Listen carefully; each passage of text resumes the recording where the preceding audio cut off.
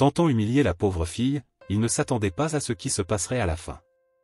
Camille se leva avant même que le soleil n'émerge au-dessus des toits de la ville, chaque matin marqué par le même rituel de préparation pour la journée à venir. Son travail dans le club élitiste de la ville était son encre, une opportunité conquise avec effort et persistance. Chaque tâche de nettoyage était exécutée avec minutie, depuis le polissage des comptoirs jusqu'à l'arrangement des chaises avec une précision militaire. Elle savait que l'excellence était la clé pour maintenir son emploi, et cela alimentait chaque mouvement qu'elle faisait. La routine de Camille commençait à l'aube, lorsque les rues étaient encore silencieuses et que les lumières des lampadaires se mêlaient aux étoiles disparaissant à l'horizon. C'était une période de paix, avant que le tumulte de la ville ne commence. Avec une détermination silencieuse, elle balayait les traces de la nuit précédente, restaurant l'éclat du club pour accueillir ses membres et ses invités. Mais malgré les longues heures et les exigences du travail, Camille gardait en elle un secret qui la motivait, sa passion pour la mode. La nuit, lorsque la ville plongeait dans l'obscurité, elle troquait son uniforme de travail contre un tablier taché de peinture et de bouts de tissu. Les cours de couture étaient son sanctuaire, où elle pouvait oublier pendant quelques heures les soucis du monde et se plonger dans l'art de la création. Cependant, ce voyage n'était pas exempt de défis.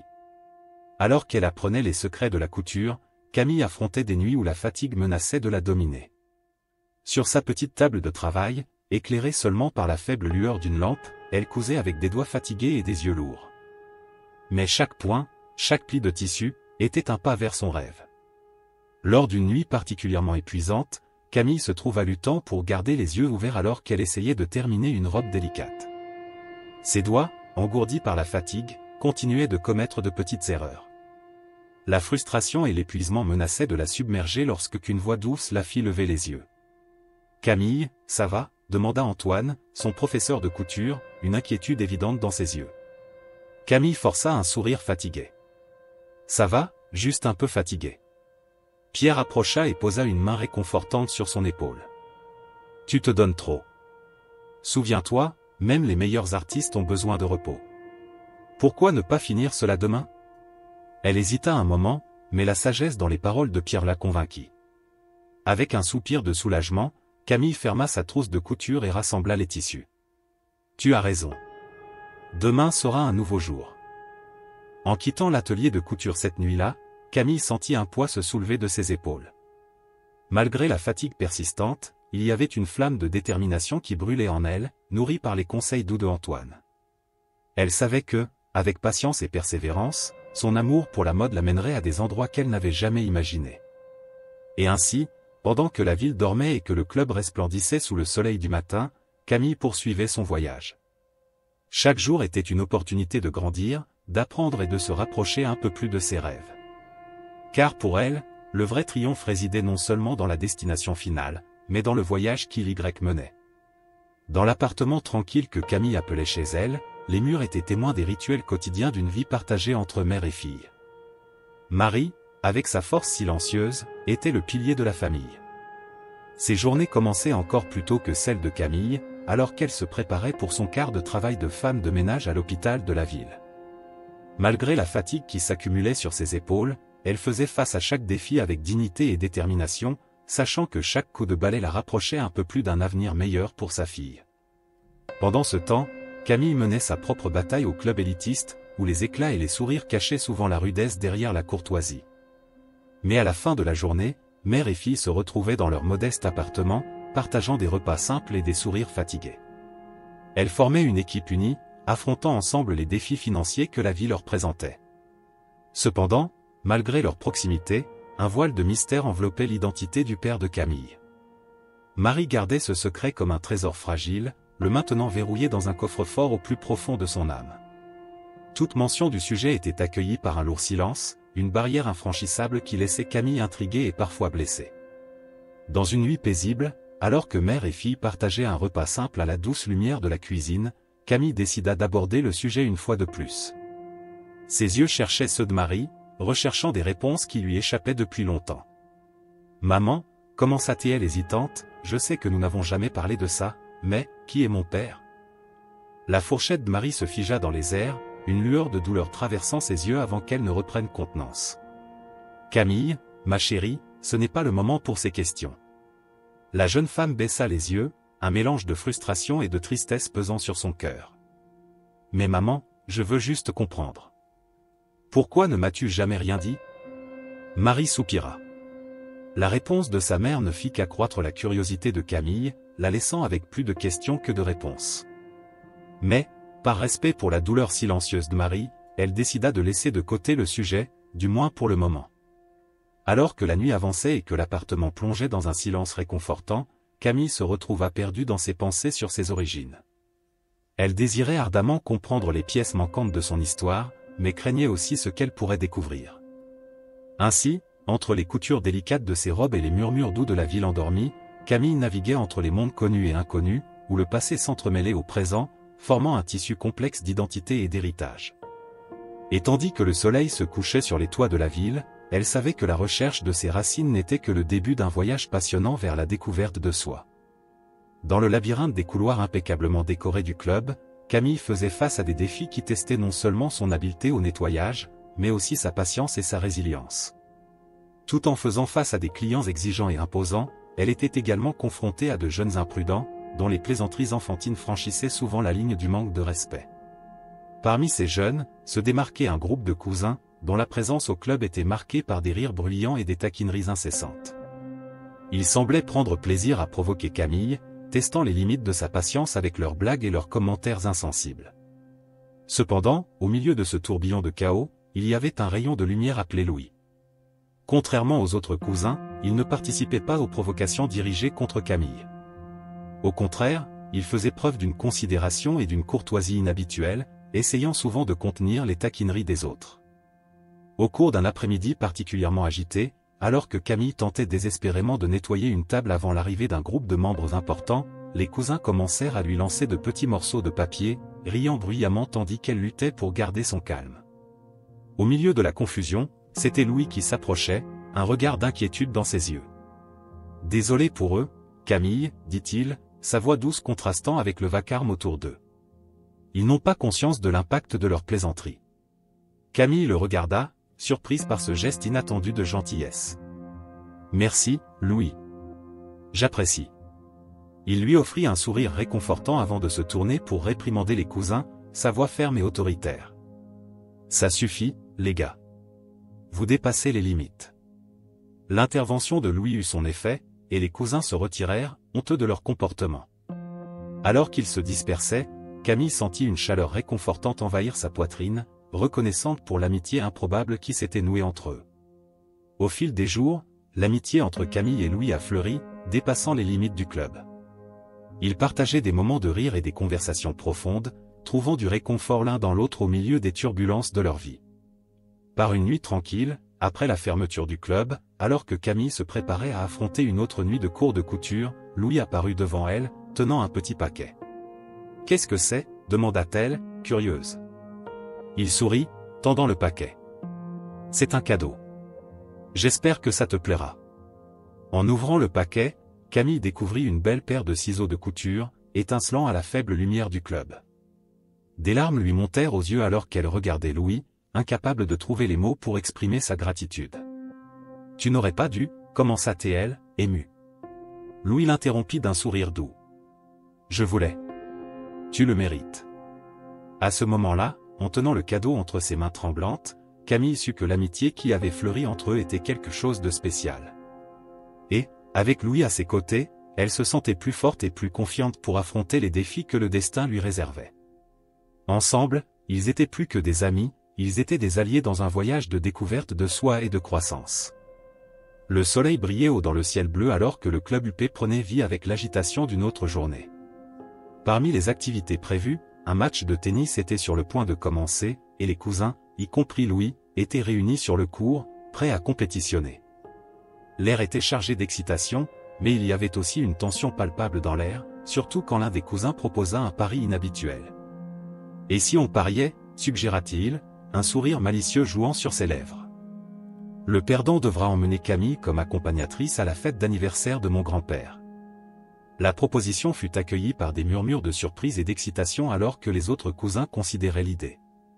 Camille, qui observait la scène avec curiosité, sentit son cœur battre plus vite à la perspective inattendue.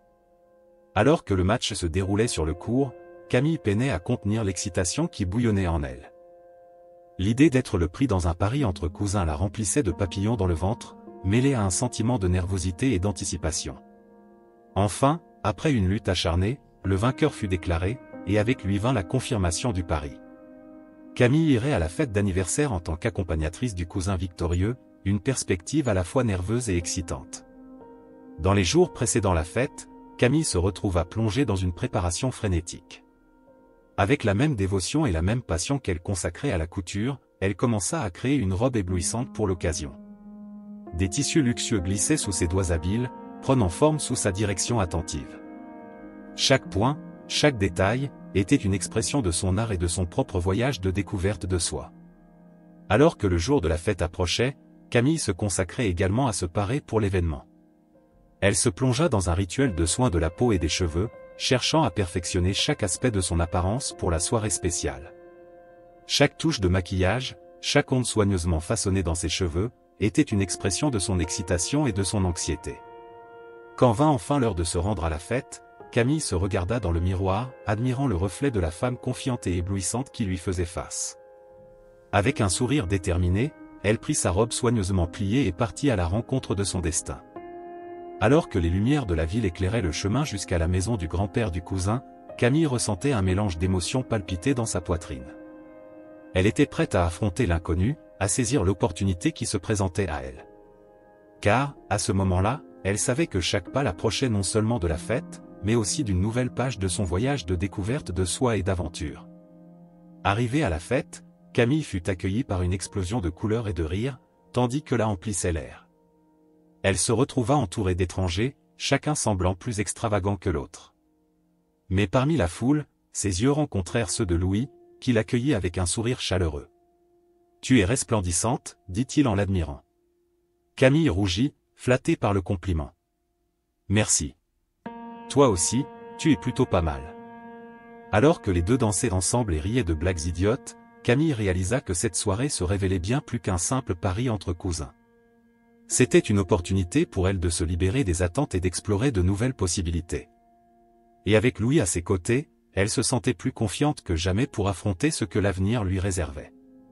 Le rythme enjoué de la fête semblait flotter dans l'air, tandis que Camille et Louis dansaient entre les lumières scintillantes et les rires contagieux. Mais soudain, l'atmosphère festive fut interrompue par un silence soudain lorsqu'une figure âgée s'approcha du couple, les yeux fixés sur Camille avec une intensité surprenante. « Toi » murmura l'homme, sa voix tremblante d'émotion. Camille leva les yeux, confuse et surprise par l'intensité du moment. « Excusez-moi, je vous connais. » L'homme s'approcha, une mélange d'admiration et de douleur brillant dans ses yeux. « Je suis Antoine. Et tu es ma fille perdue. » Le choc résonna dans la salle, tandis que les invités observaient avec fascination la scène qui se déroulait devant eux. Camille sentit les mots de Antoine résonner dans son esprit, un tourbillon d'émotions et de questions tournoyant dans sa tête. « Fille perdue » répéta-t-elle, à peine capable d'articuler les mots. Antoine hocha la tête, son expression grave. « Oui, ma chère. Il y a longtemps, il y a eu une relation entre ta mère, Marie, et moi. Mais les circonstances nous ont séparés, et je n'ai jamais su que tu existais jusqu'à maintenant. » Le silence qui suivit fut assourdissant, tandis que Camille essayait d'assimiler l'ampleur des révélations choquantes qu'elle venait de recevoir. Elle regarda Louis, cherchant du soutien au milieu du tumulte d'émotions qui l'envahissait. Pendant ce temps, Marie, qui observait la scène de loin, se sentit paralysée par le poids des vérités depuis longtemps enfouies. Les larmes lui montaient aux yeux, son cœur lourd de regrets et de tristesse. « Je ne savais pas comment te le dire, » murmura-t-elle, la voix tremblante d'émotion. « Je ne voulais pas que tu souffres à cause de mes choix passés. » Les paroles de Marie résonnèrent dans la pièce, chargées d'une douleur profonde et d'un regret silencieux. Elle s'approcha lentement, les yeux fixés sur Camille avec un mélange d'espoir et de peur. « Je suis désolée, ma chère. J'aurais voulu faire les choses différemment, » dit-elle, la voix étouffée par l'émotion. Camille sentit les larmes couler sur ses joues, un mélange de choc, de confusion et d'une faim incontrôlable de réponse. Elle regarda Marie, la voyant non seulement comme sa mère, mais aussi comme une femme qui portait le poids de ses propres douleurs et regrets. Alors que la fête continuait autour d'eux, la famille réunie dans un tourbillon d'émotions, Camille réalisa que cette nuit n'était pas seulement faite de fêtes et de célébrations, mais aussi de pardon, de réconciliation et du pouvoir de la vérité. Elle s'approcha de Marie, l'enveloppant dans un câlin chaleureux et réconfortant. « Nous avons beaucoup de choses à nous dire, maman, » murmura-t-elle, sentant un poids se lever de ses épaules. Ainsi, alors que la fête battait son plein autour d'eux, Camille et Marie firent leurs premiers pas vers la guérison et la réconciliation, tandis que Antoine et Louis observaient avec admiration et gratitude le miracle de la famille réunie. Et, dans la chaleur de la nuit, enveloppés par l'amour et la promesse d'un avenir plus radieux, ils surent que, ensemble, ils pourraient surmonter tous les obstacles que la vie leur réservait.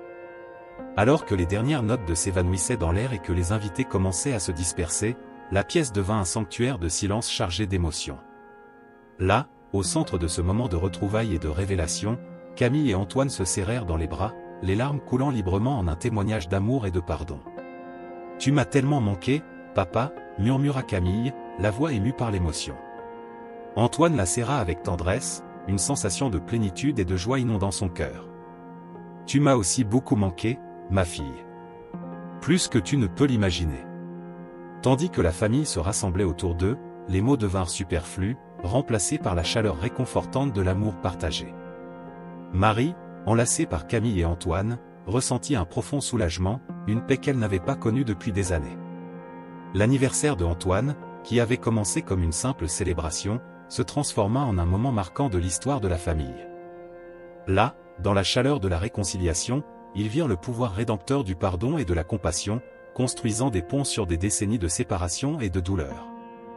Alors que les bougies s'éteignaient et que les rires résonnaient dans les couloirs du manoir, la famille se lia dans un pacte silencieux d'amour et de soutien mutuel. Ils savaient que le chemin à venir ne serait pas facile, qu'il y aurait des défis et des obstacles à surmonter. Mais ensemble, ils étaient plus forts, unis par le lien indissoluble du sang et de l'affection. Alors que la nuit se transformait en souvenir et que les invités prenaient congé, Camille regarda autour d'elle, reconnaissante pour l'occasion de recommencer que le destin leur avait offerte. Là, entourée par l'amour de sa famille retrouvée, elle sut qu'elle était exactement là où elle appartenait, dans l'étreinte chaleureuse du foyer.